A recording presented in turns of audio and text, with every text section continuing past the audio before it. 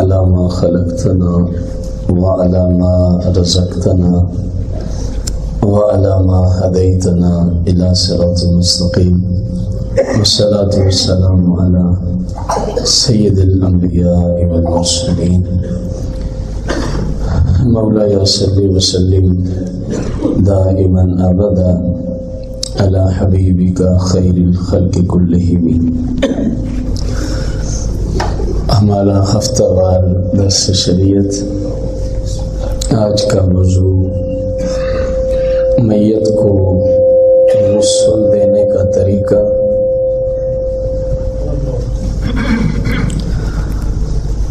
اور نماز جنازہ کے لیے کیا شرائط ہیں کہ جنازہ درست ہو، وقت ہوا تو جنازہ پڑھنے کا طریقہ بھی ساتھ۔ مسلمان میت کو غسل دینا فرض کفایہ کے حکم میں ہے کہ بعض نے دے دیا تو باقی سب سے ساقط ہو جائے گا، کسی نے بھی نہ دیا تو پورے محلے والے گناہگار ہوں گے۔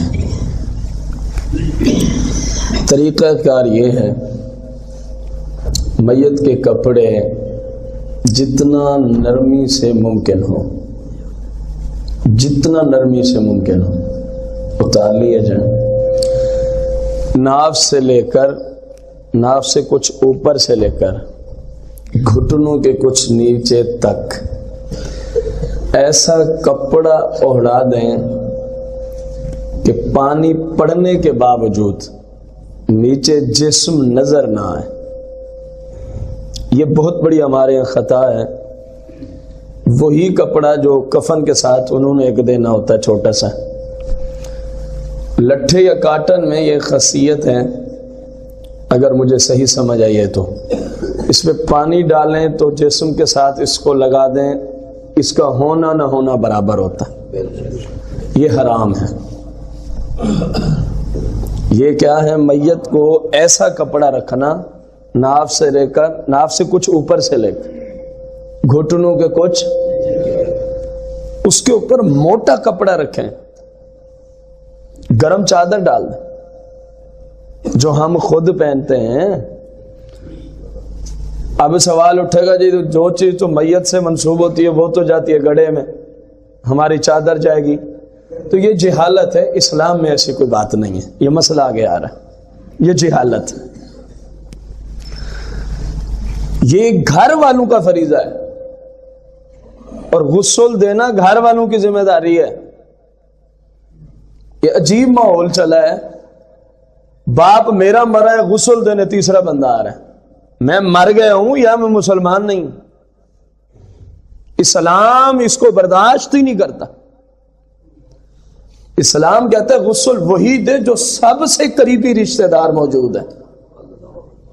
آپ اندازہ لگائیں ہم دین سے کتنے دور ہو گئے، اور غسل دینے کا طریقہ اتنا آسان ہے کہ بندہ تصور ہی نہیں کر سکتا، کیونکہ ہم نے کبھی سیکھا ہی نہیں اسلام۔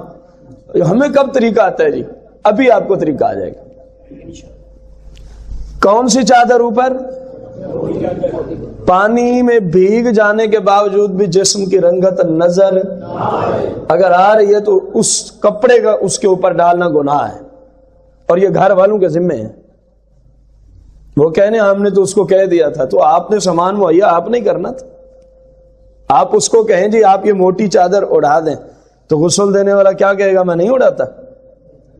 وہ کہے گا ٹھیک ہے یار، ہمارے بھائی کی، ہمارے باپ کی، ہمارے بیٹے کی جسم کا وہ حصہ غیروں کے سامنے ننگا ہو رہا ہے ہماری تھوڑی سی سستی کی وجہ سے، کہ گناہ الگ ہے اور اس کی بے عزتی الگ ہے۔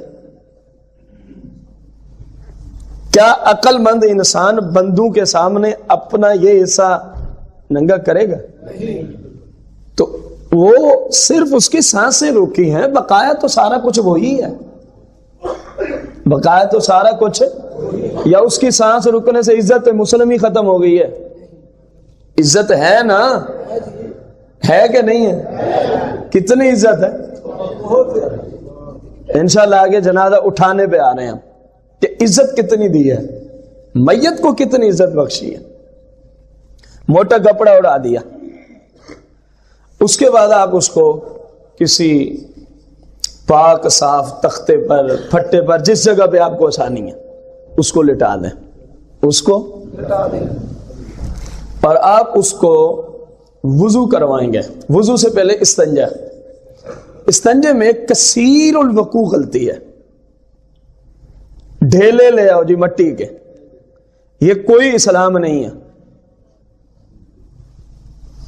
مٹی کے ڈھیلے لے آؤ جی استنجا کرنا ہے, اسی سے پوچھنا آپ روزانہ 1-2 مرتبہ تو استنجا کرتے ہیں نا نماز پڑھنے کے لیے, اس نے اب نماز بھی نہیں پڑھنی. آپ روزانہ مٹی سے کتنی بار ڈھیلے کے ساتھ استنجا کرتے ہیں؟ میت کی توہین کرنے کے لیے اور گھر والوں کو مزید پریشانی دینے کے لیے. یہ ایک جہالت رائج ہے, یہ ایک جہالت ہے. اب شہرداری میں ایک پہلے گھر میں وفات ہو گئی ہے, بندہ کتنا پریشان ہوتا ہے, کسی کے گھر ہی وفات ہو جائے, پھر شہرداری میں کہنا جی ڈھیلے لے کے آؤ گے تو استنجا ہوگا. یہ باتیں آئی ہیں ہمارے پاس, ورنہ استنجا ہی نہیں ہوتا. تو پھر تو اس غسل دینے والے کو چاہیے وہ ہر روز خود بھی ڈھیلے سے استنجا کیا کرے, ورنہ وہ پاک ہی نہیں ہوگا. اس کی تو ہم نے پڑھنی ہے, آپ نے خود اپنی پڑھنی ہوتی ہے. اور نماز جنازہ فرض کفایہ, نماز فرض عین.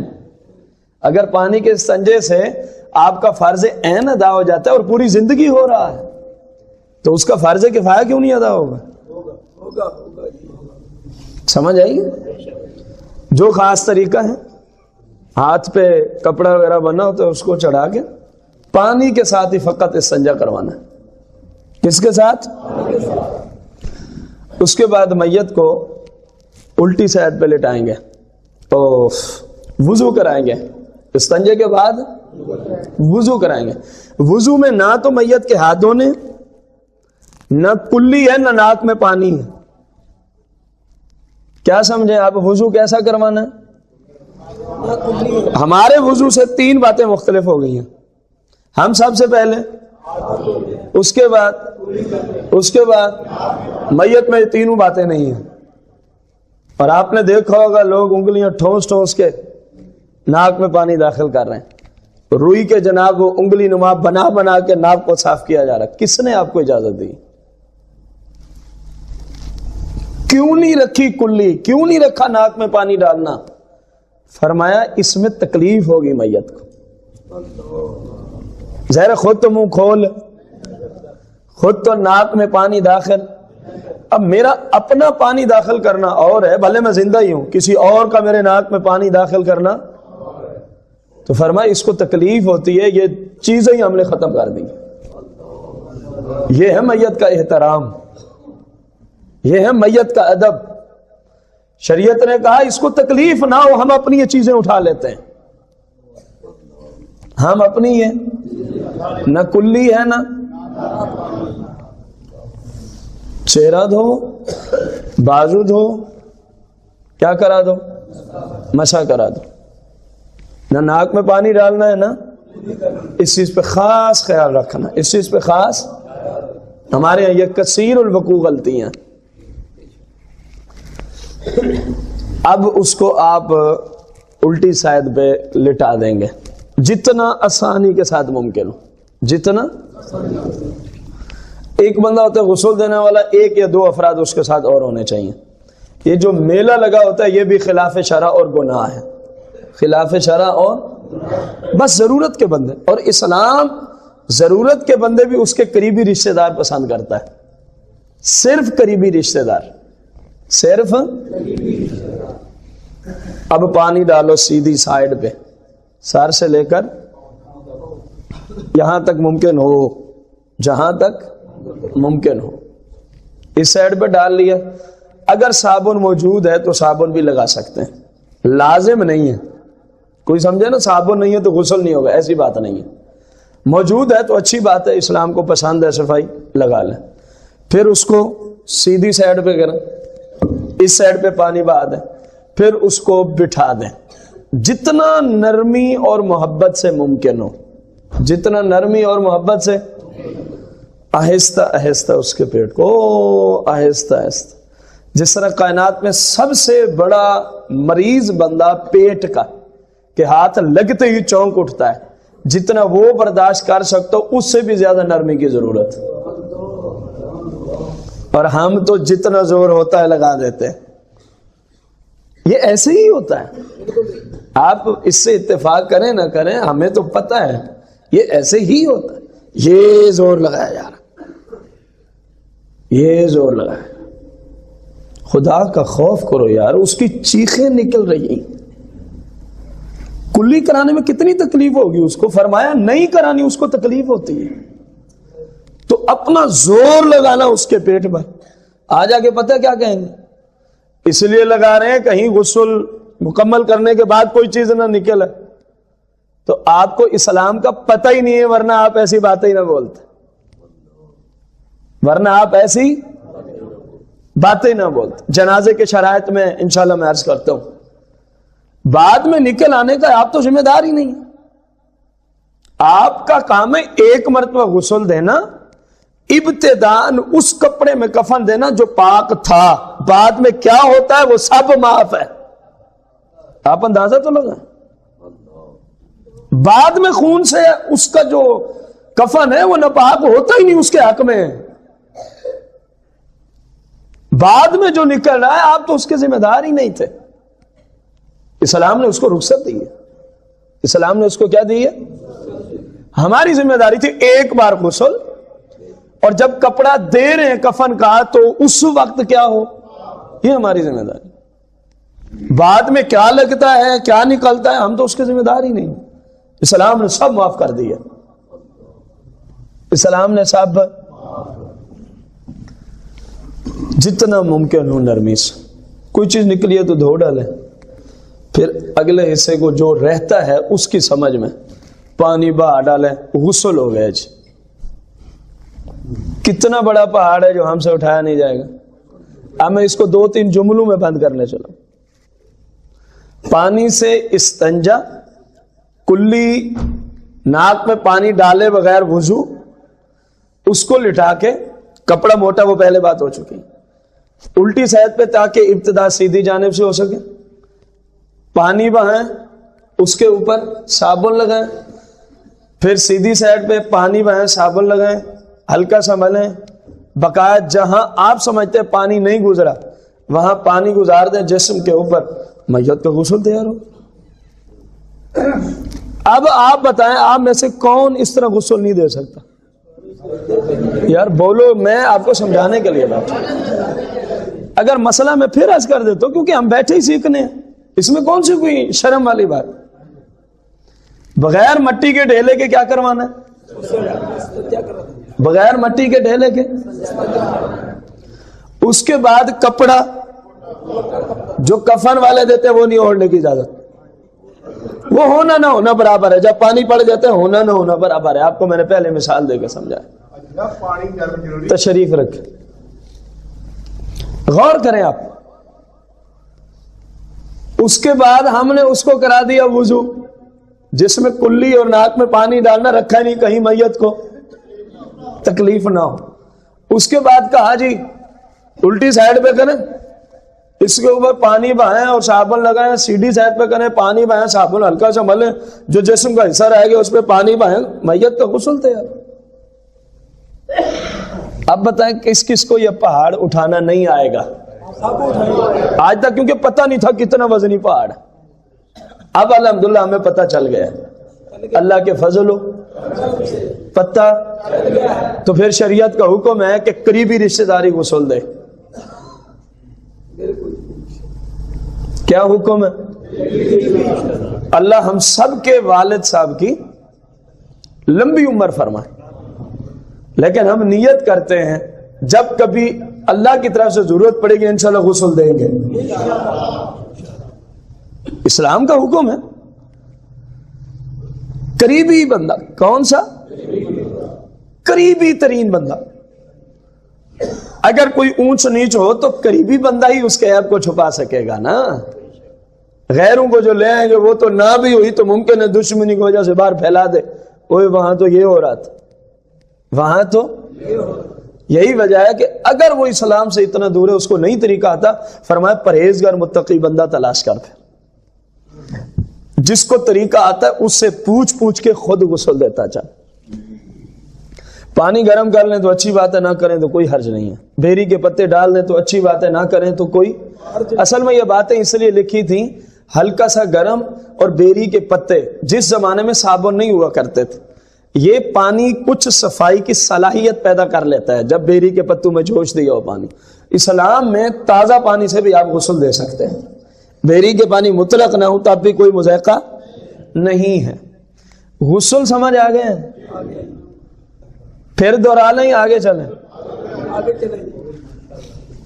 جس نے غسل دیا، غسل ہوتے ہی 15 منٹ کے اندر جنازہ تیار، اعلان ہوا تھا۔ 10 بجے غسل سے فارغ ہوئے، 10:15 پہ کیا ہے؟ اب غسل دینے والا کیسے جنازہ پڑھے؟ کیونکہ مسلمانوں کی نظر میں، جن کی نظر میں وہ ہو گیا نجس، اس کو تو اب کرنا پڑے گا خود۔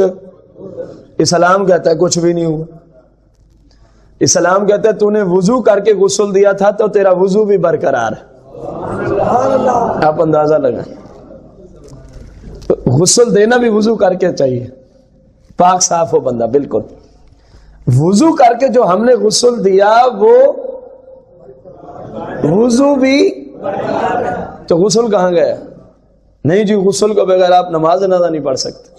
کتنے مسلمانوں کو تم نے محروم کر دیا نماز جنازہ پڑھنے سے، نہ غسل ہو سکا نہ وہ پہنچ سکا۔ دوسری بات، جو چیز اسلام لاگو نہیں کرتا اپنی طرف سے لاگو کرنا جرم ہوگا کہ نہیں ہوگا؟ کچھ بھی نہیں ہوتا۔ نہیں جی چھینٹے پڑ گئے تھے، تو پھر جب آپ وضو کرتے ہیں آپ کے وضو کا پانی بھی تو مستعمل ہی ہوتا ہے نا، جیسے میت کے غسل کا پانی مستعمل ہے، ایک جیسا ہی حکم ہے۔ جو آپ کے وضو کا جسم سے لگے ہوئے پانی کا حکم ہے نا، وہی حکم میت کے جسم سے لگے ہوئے پانی کا ہے۔ اگر آپ کے وضو کے کرتے وقت آپ کے کپڑوں پہ چھینٹے پڑ جائیں تو آپ کو پھر غسل تو کرنا پڑے گا۔ تو پھر دیکھتے کون پورا آتا ہے۔ جب بھی وضو کریں ساتھ غسل، اور کپڑے بھی چینج کر رہے ہوں گے نا، کیونکہ چھینٹے جو پڑ گئے ہیں وضو کے۔ اسلام کیا کہتا ہے؟ میت کے ساتھ جو پانی لگا وہ بھی مستعمل، جس پانی سے آپ نے وضو کیا اور وہ فارغ ہوا آپ کے جسم سے پانی، وہ بھی مستعمل۔ مستعمل پانی کا حکم کیا ہے؟ خود پاک ہوتا ہے، البتہ آگے پاک کرتا نہیں ہے۔ یہی وجہ ہے کہ لوٹے میں پانی ہے، ہاتھ دھلا ہوا نہیں ہے، آپ کا اس میں ہاتھ ٹب میں ہے، بالٹی میں، وہ پانی پاک ہے لیکن وہ پاک کرنے کی صلاحیت اب نہیں رکھتا، مستعمل ہو گیا۔ آپ نے یہ مسئلہ علماء سے سنا ہوگا کہ غسل کے لیے آپ نے پانی گرم کیا، ٹب میں ہاتھ دھلا نہیں تھا تو آپ نے ڈائریکٹ ہاتھ ڈالا، سارا پانی ضائع ہو گیا۔ نہ پاک نہیں ہے پاک، لیکن پاک کرنے کی صلاحیت ختم ہو گئی ہے۔ یہی حکم ہے ادھر، یہی حکم ہے۔ خود غسل کرے، کپڑے چینج کرے، جس صابن سے میت کو غسل دیا ہے اس صابن کو دفن کریں۔ جن برتنوں سے جناب والا میت کے لیے پانی لیا گیا ان تمام برتنوں کو توڑیں یا گڑھا کھود کے کیا کریں؟ دفن کریں۔ یہ سب فضول خرچی، اسراف۔ وقال اللہ تبارک و تعالی ان المبذرین کانوا اخوان الشیاطین۔ قرآن میں اللہ فرماتا ہے جو فضول خرچی کرتے ہیں اخوان الشیاطین، کن کے بھائی ہیں؟ نرے۔ اخوان الشیاطین نرے شیطان کے بھائی ہیں، پیور خالص شیطان کے بھائی ہیں۔ نہ وہ صابن ناپاک ہوتا ہے، نہ وہ برتن ناپاک ہوتے ہیں، جو چیز بھی میت پہ استعمال ہوئے وہ ناپاک۔ سمجھ آ رہی ہے کہ نہیں ہے؟ اگر یہ ناپاک ہوتی ہے تو جس جگہ پہ آپ نے میت کو غسل دینے سے پہلے لٹایا تھا ان چیزوں کا کیا حکم ہے آپ کے نزدیک؟ وہ چارپائی بھی آپ گھر میں توڑ دیتے ہیں جس میں پہلے وہ لیٹا ہوتا، اس کے نیچے لامحالہ کوئی نہ کوئی کپڑا، اس کو بھی جلا دیتے ہیں لوگ۔ کیا کیوں نہیں جلاتے؟ کیونکہ اس کے متعلقہ رسم رائج نہیں ہوئی، وہ چیزیں باچ رہی ہیں اس وجہ سے کہ ان کے متعلقہ ہمارے ہاں رسم رائج، اسلام کا تو پتہ ہی نہیں تھا نا ہمیں، ادھر رسم رائج لہذا ان کو توڑ دیں گے، صابن کو کیا کر دیں گے؟ دفن کر دیں گے، نالی میں پھینک دیں گے۔ غسل کرنے والا صابن 20-30 روپے کا ہوتا ہے کہ نہیں ہوتا؟ کم از کم میں نے مثال دی، تو 20-30 روپے جان بوجھ کے ضائع کرنا اللہ کی بارگاہ میں بندہ کیسے جواب دے پائے گا؟ سوال ہے آپ سے۔ نہیں جی وہ ناپاک ہے، کس نے کہا وہ ناپاک ہے؟ چلو میں ایک مثال دوں، حد ہو جائے گی انشاءاللہ۔ وہ تو حقیقتاً ناپاک نہیں ہے۔ حقیقتاً ناپاک کا معنی ہوتا ہے جس چیز کو جو چیز لگے وہ بھی نجس ہو جائے۔ آپ زندگی میں کئی حقیقتاً ناپاک چیزوں پہ صابن استعمال کر کے اس کو پھر استعمال میں لاتے ہیں۔ ماں نے بچے کو دھویا، ٹھیک ہے، نجاست غلیظہ، شریعت میں سخت ترین حکم ہے نجاست غلیظہ کا۔ نجاست غلیظہ پر ہاتھ پڑا، اب ماں اسی نجاست غلیظہ کو صابن لگا کے کیا کرتی ہے؟ پاک، اور تو جو صابن بچا ہے نا اس کو بھی دفن کیا جائے۔ ہم صرف الزام عائد کر رہے ہیں تاکہ مسلمانوں کو سمجھ آئے، کوئی یہ نہ کہے کہ انہوں نے کہہ دیا کہ اس کو بھی دفن کر دو۔ یہ گناہ ہے، ہم اس گناہ سے بچانے کے لیے مثالیں دے رہے ہیں۔ پھر جب کسی شخص پہ غسل فرض ہوتا ہے، سمجھ آ رہی؟ اس نے غسل کرتے ہوئے صابن تو لگانا ہی ہوتا ہے، یہ بھی نجاست غلیظہ ہے، یہ بھی نجاست ہے، تو لامحالہ اس متعلقہ جگہ پہ صابن بھی استعمال، تو پھر اس صابن کو بعد میں کہاں کرتے ہیں؟ اسی وقت استعمال میں آیا ہوتا ہے، ایسا ہے کہ نہیں؟ تو اس کو نہیں ڈالا جو نجاست حقیقیہ پہ استعمال ہو رہا، جو نجاست حکمی پہ استعمال ہوا۔ نجاست حکمی کا یہ مطلب ہے اس سے لگنے والی چیز ناپاک نہیں ہوتی، اس سے لگنے والی چیز ناپاک نہیں ہوتی۔ جب بندے کا وضو نہیں ہوتا، حقیقت میں اس وقت بندہ نجاست حکمی کے حکم میں ہی ہوتا کہ تو اب ناپاک ہے کیونکہ وضو نہیں ہے، نماز نہیں پڑھ سکتا۔ اب ناپاک کا کیا مطلب ہے؟ اس کے جسم کو جو چیز بھی لگے گی وہ بھی ناپاک ہو جائے گی، کیونکہ نجاست حکمیہ ہے، نجاست حقیقیہ نہیں ہے۔ تو میت کا جو سسٹم ہے وہ نجاست حکمیہ کے درجے میں ہے، ایسی حالت میں ہے جس حالت میں ہم بغیر وضو کے ہوتے ہیں۔ اب یار سوچنا چاہیے ہم کیا کیا نقصان کر رہے ہیں۔ بات 10 یا 15 روپے کی نہیں ہے، بات ہے اللہ کی ناراضگی کی۔ بات کیا ہے؟ وہ ناراض ہو جائے تو بندے کا کچھ بھی نہیں رہتا۔ ہم نے بخاری میں بچوں کو حدیث پڑھائی، ایک بندے نے لباس پہنا، تکبر کی وجہ سے اکڑتا ہوا چل رہا تھا، تکبر کی وجہ، اللہ تعالیٰ کا غضب ہوا، لباس سمیت زمین میں دھنسا دیا مکمل ہی، اور میرے آقا نے فرمایا وہ دھنستا ہی چلا جائے گا۔ اب لوگوں نے اس حدیث پہ اعتراض کیے، کرنے والوں نے جو اسلام کے دشمن، یار یہ بھی کوئی جرم ہے جس کی وجہ سے پورے انسان کو دھنسا کے رکھ دیا رب نے؟ محدثین نے کہا یہی تو تمہیں سمجھ نہیں ہے، یہی تو تمہیں سمجھ نہیں ہے۔ اور یہ نہیں دیکھا جاتا کہ جرم چھوٹا ہے یا بڑا ہے، ڈرنا تو اس چیز سے چاہیے پتہ نہیں مالک کس نافرمانی کی وجہ سے ناراض ہو جائے۔ کہا تمہیں تو اس بات سے ڈرنا چاہیے کہ مالک پتہ نہیں کس نافرمانی سے کیا ہو جائے، اور ہم جان بوجھ کو کون سا کوئی بڑا گناہ؟ شادی ہے نا، مہندی کا فنکشن ہے نا، گانے بجے کون سا گناہ؟ ناچ کون سا گناہ؟ ادھر لڑکیاں ادھر لڑکے، ادھر بابے، درمیان میں وہ ناچ رہی ہیں، یہ کون سا گناہ؟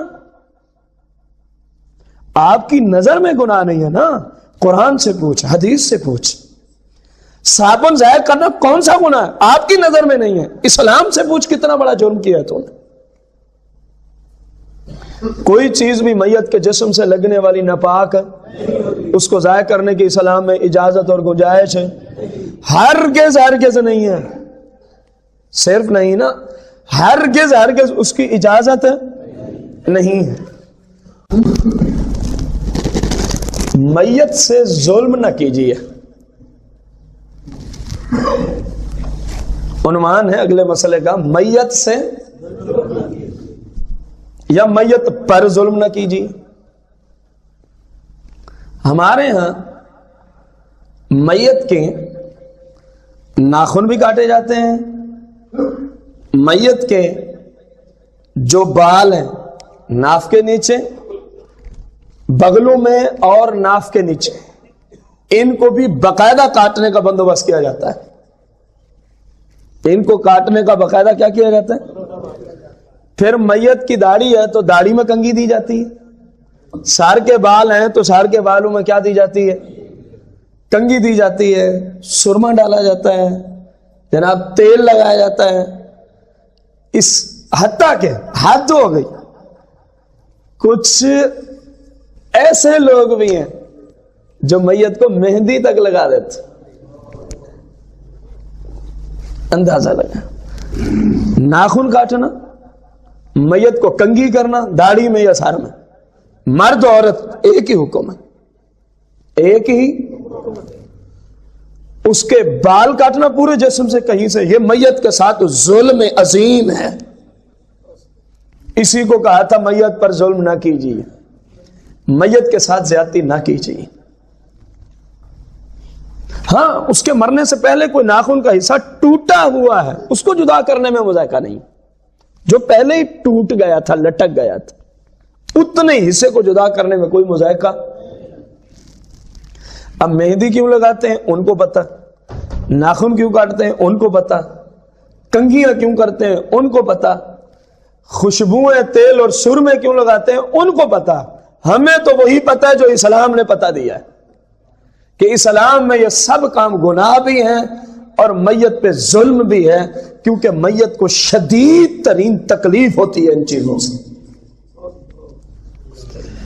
زندہ بندے کا ناخن کاٹے اس کو کچھ بھی نہیں ہوتا، لیکن میت کی چیخیں نکل جائیں گی۔ زندہ بندے کے بال کاٹنے میں، کاٹتے ہی ہیں صفائی کی غرض سے، اس کو کچھ بھی نہیں ہوتا۔ میت کی آپ نے چیخیں نکال کے رکھ دی ہیں، یہ کون سا اسلام کا طریقہ آپ اپنا رہے ہیں غسل دینے میں؟ اس کے جسم سے کسی چیز کے جدا کرنے کی شرعن اجازت، ٹھیک ہے؟ جو ہے سو ہے، جو ہے سو ہے۔ میں ظلم کی آخری مثال دے کے ختم کروں گا۔ بعض لوگ تو اگر مرض کی وجہ سے کوئی داڑھی کے بال کچھ بڑے ہو گئے تو استغفر اللہ العظیم اس کی شیو تک کروا کے بیچتے۔ یہ حد ہو گئی ہے میت کے ساتھ ظلم کرنے میں۔ بس عورت مر جائے تو شوہر کیا کچھ نہیں کر سکتا۔ ہمارے ایک مسئلہ مشہور ہو گیا، بیوی مر جائے تو شوہر اس کے جنازے کو کندھا بھی، یہ لا علمی ہے۔ یہ کیا ہے؟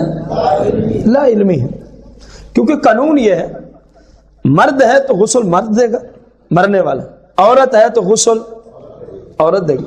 آپ اپنے گھر والی عورتوں کو سکھائیں، یہی طریقہ ہے اور کیا ہے۔ اس کو بھی چھوڑ دیں، میں حد کر دوں، اس کو بھی چھوڑ دیں، کسی طرح اس کے پورے جسم میں پانی بہا دے غسل ہو جاتا ہے۔ بس اب تو مزید مسئلہ صاحب، کسی طرح اس کے جسم پر، شریعت نے لکھا کہ کسی کے گھر کے قریب نہر ہے، میت کو اٹھایا نہر میں ڈبکی دی، نکال لیا، غسل ہو گئے۔ کہاں بیٹھے یار آپ، اسلام کتنا آسان ہے۔ ایک جگہ لکھا تھا کہ میت مری ہی کہاں ہے؟ پانی میں۔ اگرچہ مرنے کے بعد ڈبکیاں کھائیں، غسل ہو گئے، لیکن جو ہمارے ذمہ تھا وہ تو خود بخود ہوا۔ ہمارے ذمہ تھا فوق آنے کا، اس کو پکڑ کے ایک مرتبہ نیچے اس کو ڈبو دو، پھر نکال لو۔ جو تمہارے ذمہ غسل تھا اب وہ بھی ادا ہو گیا۔ اندازہ لگا۔ یہ تو ہم نے آپ کو آسان طریقہ بتایا کہ یوں ادھر سے شروع کریں، یہ آپ کسی طرح اس کے جسم میں پانی بہا دیں، کسی طرح اس کا غسل بالکل ٹھیک ہو گیا۔ کوشش ہونی چاہیے نا، خود دیں گے، کوئی طریقہ یاد نہ رہے، یہ تو یاد رہے گا نا یار، پورے جسم میں پانی بہ جائے، استنجا نہیں بھی کروائے تب بھی ہو جائے گا۔ وہ ایک افضل طریقہ بتایا تھا، وہ ایک افضل ہے، کسی طرح پانی بہا دے۔ شوہر کیا کرے جب بیوی کا انتقال ہو گئے؟ بس عورت اگر موجود ہے تو نہلا نہیں سکتا، عورت اگر موجود ہے تو نہلا نہیں سکتا۔ اس کے علاوہ جسم پر کپڑا نہ ہو، بغیر کپڑے کے اس کے جسم کو چھو بھی نہیں سکتا، کپڑا نہ ہو تو، کپڑا باقی سب کچھ کرنے کی شریعت نے شوہر کو اجازت دی۔ مثلا اس کا چہرہ بھی دیکھ سکتا ہے۔ شوہر کا کیا جرم ہے؟ یہاں تو غیر محرم جا کے عورتوں کے چہرے دیکھ رہے ہوتے، جو گناہ، یہاں تو ہماری نوجوان بچیاں غیر محرم مردوں کے چہرے دیکھ رہی ہوتی ہیں، جو گناہ۔ رسم نہیں چھوڑیں گے، گناہ کرنا پڑے کریں گے، رسم نہیں چھوڑیں گے۔ رسم کیا ہے؟ وہ کیا کہے گا، ان کی عورتیں ہی نہیں ہیں ہمارے گھر، یہ رسم ہے۔ بھیجیں آپ، اگر پردے کا آگے انتظام ہے آپ بھیجیں، کون روکتا ہے؟ ہمارے افود کی کل خانی پہ اللہ تعالیٰ معاف کرے بے پردگی کا نظام ہوتا ہے، ہم رسمیں نہیں چھوڑیں گے، بھلے حرام کا ارتکاب کرنا پڑے کر ڈالیں گے۔ وہ نہیں جی، وہ ناراض ہو جائیں گے، ہو جائے، اللہ رسول کی ناراضگی سے تو چھوٹی ناراضگی ہے نا۔ ادھر اللہ رسول ناراض ہو رہے ہیں، آپ بندوں کو راضی کرنے کے چکر میں رب بھی ناراض ہو رہا ہے، رب کا رسول بھی ناراض ہو رہا ہے، تو بندے کو چھوڑ کے آپ اپنے رب رسول کو راضی کریں، بندے کسی سے راضی نہیں ہوتے، یہ یاد رکھ لیں۔ سب سے بڑی ذات اسلام میں رب کی ذات ہے، بندے رب سے راضی ہیں؟ اگر اس سے راضی ہیں تو بتوں کو سامنے رکھ کے سجدہ کیوں کرتے ہیں؟ آپ اندازہ لگا، اور اس سے بڑی دشمنی کوئی رب سے ہو سکتی ہے؟ جس نے پیدا کیا ہے وہ اپنے رب سے دشمنی لیے ہوئے ہے، تو معلوم ہوا بندے کسی سے راضی؟ تو بندے کا کام ہے رب رسول کو راضی کرے۔ جس نے رب رسول کی مانی ہے وہ تجھ سے راضی ہو جائے گا، جو رب رسول کی نہیں مانتا اس کو راضی کرنے کی ضرورت ہی کوئی نہیں ہے ہمیں۔ کوئی بات سمجھ آ رہی؟ بندے کا کام ہے اسلام پہ چلے۔ تو شوہر بیوی کا چہرہ بھی، شوہر بیوی کا جنازہ بھی اٹھا سکتا ہے، پڑھنے سے تو کوئی نہیں روکتا مسلمان کو، اٹھا سکتا ہے، اس کا جنازہ بھی اٹھا سکتا ہے۔ ہمارے یہاں کیا مشہور ہے ذرا آپ بتائیں، کوئی ایک ہی بات بتا دیں۔ چہرہ نہیں دیکھ سکتا، قریب بھی نہیں جا سکتا، کندھا بھی، اس کا جرم کیا ہے؟ اس نے اسے نکاح کیا تھا، یہ جرم کی سزا اس کو دی جا رہی ہے۔